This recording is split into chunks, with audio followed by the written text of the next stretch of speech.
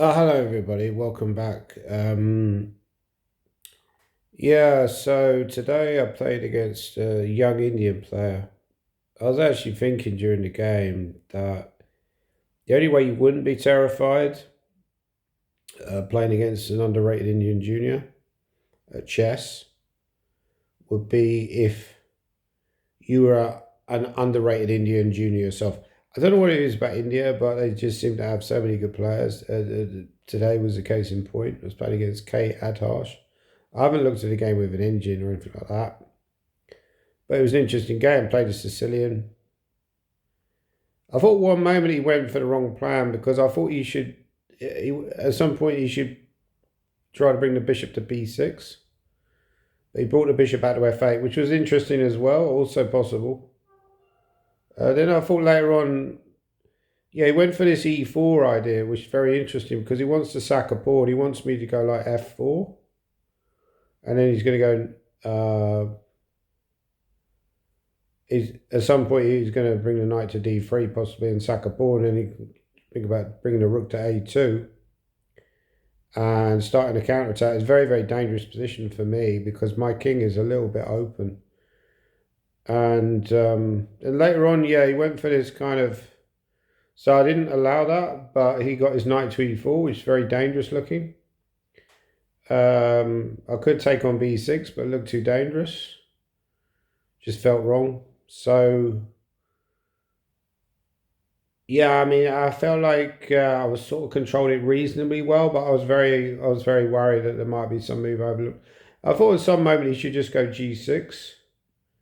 Instead of, I think h5 was a mistake because if he goes g6, I think the knight was on f6. Then he could put the bishop on g7, and his king's much more secure than in the game.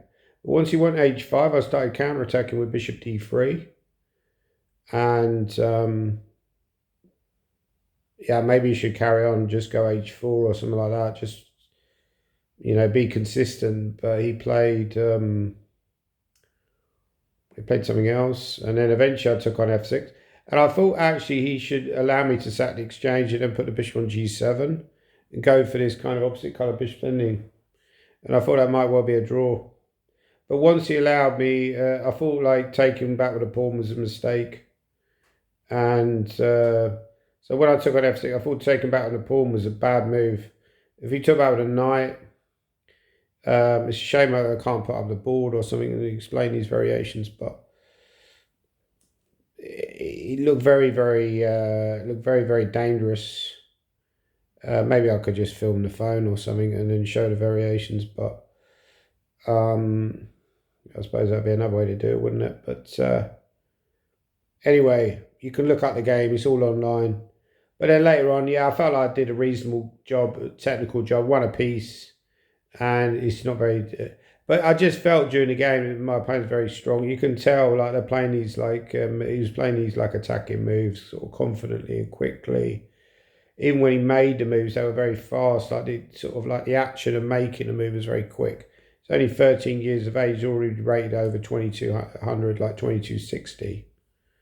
These are kind of pairings you get all the time now in open tournaments. Makes it very difficult to gain rating. Unless you're a very, very special player, which to be honest, I probably am not these days. And probably never have been.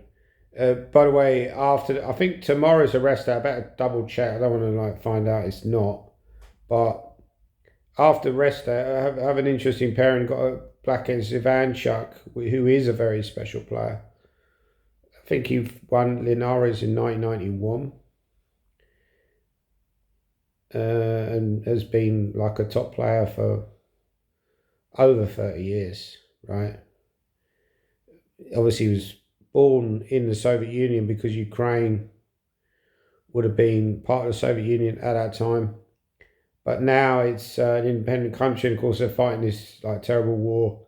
So good luck to anyone from Ukraine because there's terrible action that the Russian government, Russia, are taking against Ukraine. So always sympathy for those kind of people. But yeah, it's an interesting tournament. I felt reasonably good today. I played well, not gaining much rating. It's tough, and obviously now I'm pitched in against like a super GM. So it's going to be an interesting pairing. I'm looking forward to the rest day. It's really tough. So those are my thoughts about the chess tournament. Please leave your comments down below. And what do you think about tournaments like Sunway Sitages? Would you play? One thing I should mention actually, there are very few tournaments with a rest day. So it's a good thing that they have a rest day. If you come to this tournament, you see that they're very, very passionate about chess. I should really film something in the bar because there's a Capablanca bar in the actual hotel. So the hotel is kind of, I'm not sure if it's new, but it's very chess orientated. And I'm not sure if they built it just for the chess, but there's a lot of. I saw the very famous photographer earlier today, David Larder. He was by the lobby. There's lots of Lawrence Trent's doing the commentary. There's lots of chess celebrities around. It's obviously all these famous streamers are playing. You got Lily Carid says he lost today, unfortunately. Jules Gambit. There's also Hannah Saith from Australia, and I think there's Alexandra. What's her name again? I forget. Not Botez.